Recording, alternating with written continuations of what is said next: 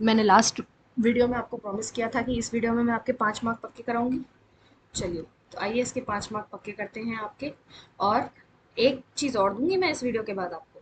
इस वीडियो के बाद मैं आपको इस पूरे चैप्टर का मार्क ब्रेकेज दूंगी, जिससे आपको पता चल जाएगा कि कौन से जगह से कितने नंबर का क्वेश्चन आता है।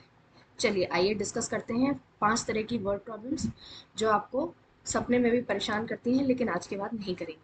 चलिए, अब 5 years ago, Nuri was thrice as old as Sonu. 10 years later, Nuri will be twice as old as Sonu. How old are Nuri and Sonu?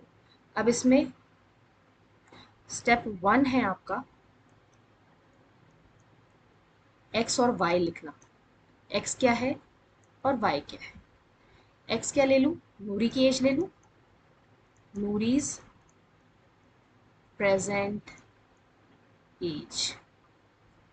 और y क्या ले लूँ, सोनू की एज ले लूँ, सोनूज प्रेजेंट एज। चलिए, अब हम इक्वेशन बनाते हैं। ये आपका एक नंबर है यहाँ पे। अगर आप ये x और y नहीं लिखते तो आपका एक नंबर चला जाता है। चलिए, अब आइए इस इक्वेशन बनाते हैं।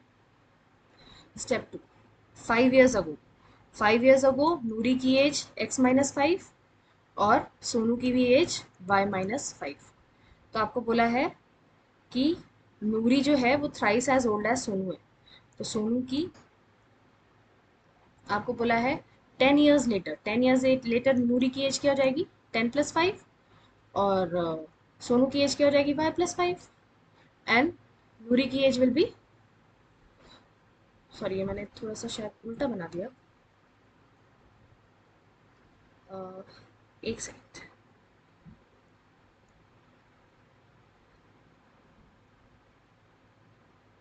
ये 3 सोनू की एज पे लगेगा।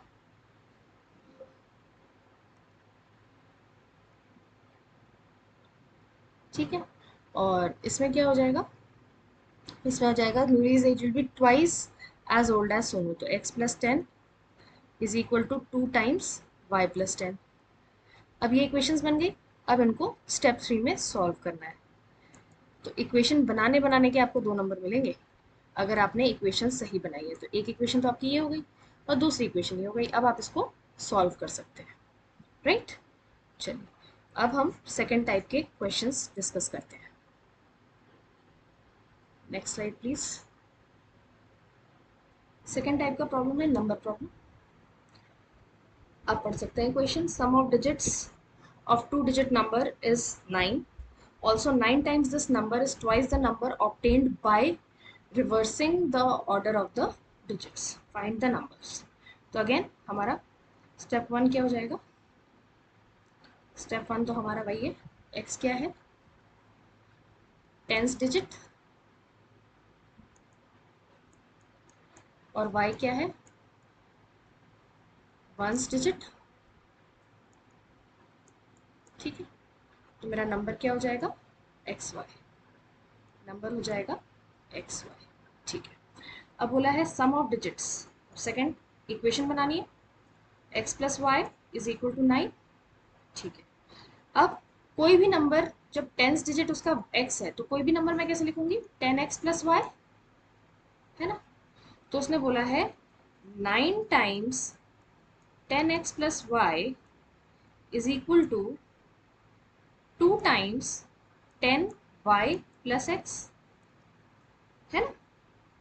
रिवर्स करने पे 10y+x हो जाएगा।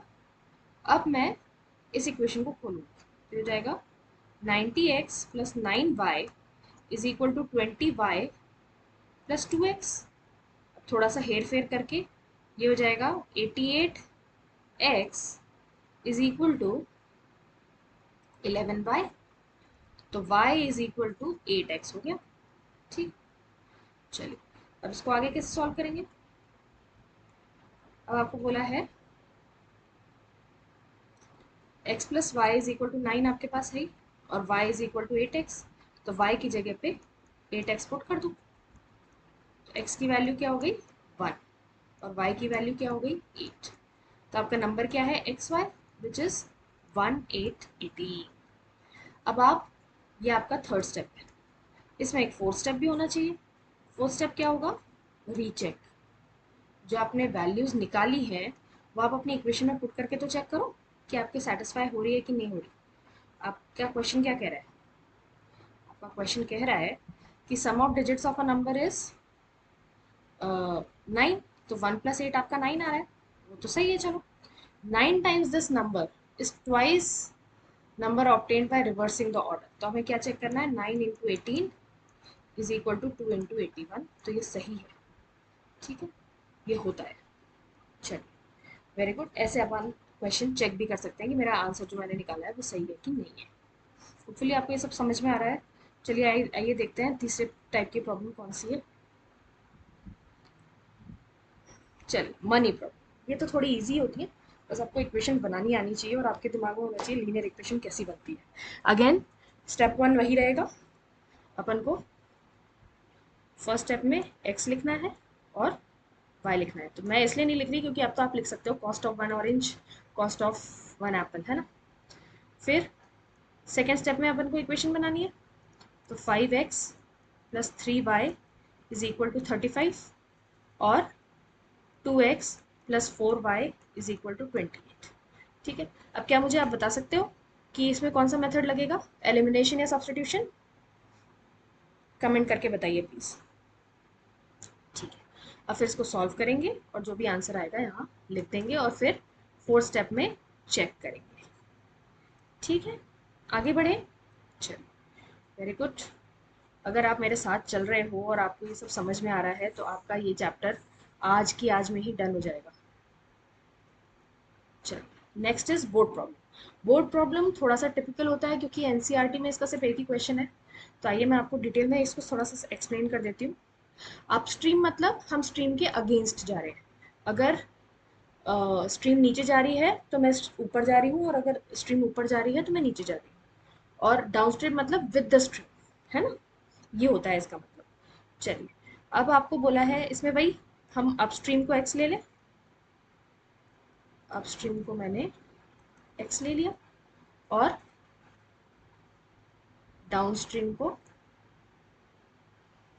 मैंने वाई ले लिया। ठीक, अब मेरी इक्वेशन क्या बन जाएगी? एक सेकंड, डर्टी हो गया ये। मेरी इक्वेशन बनेगी 10x + 5y is equal to 1। भाई 10 किलोमीटर। लेकिन अब इस इक्वेशन में दिक्कत क्या है? हम लोग सब यही बनाते हैं। इस इक्वेशन में दिक्कत ये है कि हमने स्पीड इनटू डिस्टेंस कर दिया। हमारे पास क्या होता है? हमें पता है distance upon time is equal to speed होता है। तो मतलब distance upon speed is equal to time होना चाहिए, है ना। तो इसमें ये कॉन्सेप्ट लगेगा थोड़ा सा। तो क्योंकि हम पहली बार कर रहे हैं इसलिए आप थोड़े से कंफ्यूज हो गए, बट एक बार आप समझ जाओगे तो ये ईजी हो जाएगा। अब डिस्टेंस मेरा क्या था? 10 किलोमीटर। और किस स्पीड से मैं चल रही थी? एक्स से। तो मैंने डिस्टेंस को स्पीड से डिवाइड किया है, ठीक है। Plus 5/y is equal to 1, ठीक है, क्योंकि टाइम के बराबर है। Similarly 20/x plus 10/y is equal to 2। ये मेरी दो इक्वेशन बन गई। अब इन दो इक्वेशंस को मैं सॉल्व कैसे करूंगी? मुझे तो अपॉन वाले क्वेश्चन सॉल्व करने ही नहीं आते। तो मैं क्या करूंगी? 1/x को u ले लूंगी और 1/y को v ले लूंगी और फिर मैं इसको सॉल्व करूंगी। कैसे करूंगी सॉल्व? आइए देखते हैं। अब मेरी इक्वेशन क्या बन गई? अब मेरी इक्वेशन बन गई 10u plus 5v is equal to 1। और दूसरी इक्वेशन बन गई 20u plus 10v is equal to 2। अब अगर आप ध्यान से देख पाए, जो हमने लास्ट वीडियो में कॉन्सेप्ट किया था a1/a2 वाला और b1/b2 वाला, तो वो इसमें लग रहा है। a1/a2 is equal to b1/b2 is equal to c1/c2 आ रहा है। मतलब मेरे पास इनफाइनाइट सॉल्यूशन होंगे इस क्वेश्चन के, तो मुझे आगे सॉल्व करने की ज़रूरत नहीं है।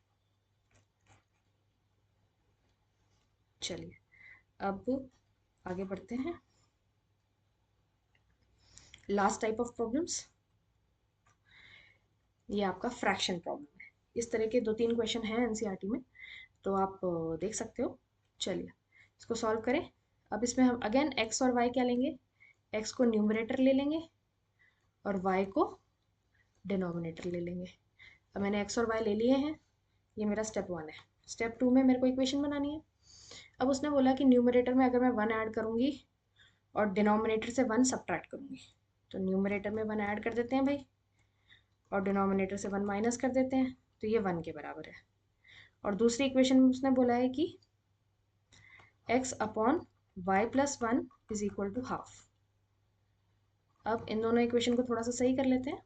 पहली इक्वेशन तो मुझे ये कह रही है, दूसरी इक्वेशन मुझे क्या कह रही है, 2x इज इक्वल टू ये। अब हम इन दोनों इक्वेशन को सॉल्व करेंगे तो मुझे x और y मिल जाएगा। फिर x और y मिलने के बाद मुझे इसको फ्रैक्शन बना के भी दिखाना पड़ेगा कि मेरा एक्स वाई किसके बराबर आया है। x upon Y is equal to क्या। अगर मैं ये नहीं बताती हूँ तो मेरे -1 हो जाएंगे।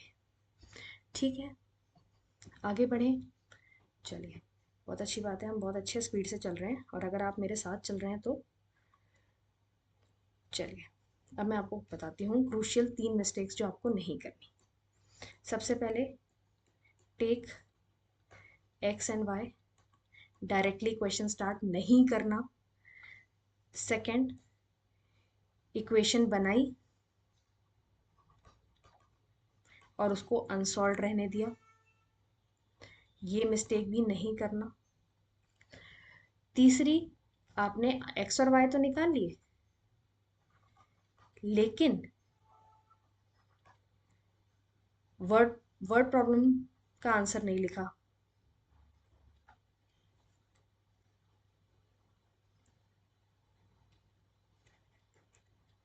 ये 3 मिस्टेक आपको नहीं करनी। अगर आप ये तीनों नहीं करेंगे तो आपके 4 मार्क कहीं नहीं गए। ठीक है, अब मैंने आपको प्रॉमिस किया था कि मैं आपको चैप्टर का ब्रेकअप बताऊंगी, तो मैं आपको चैप्टर का ब्रेकअप बताती हूँ।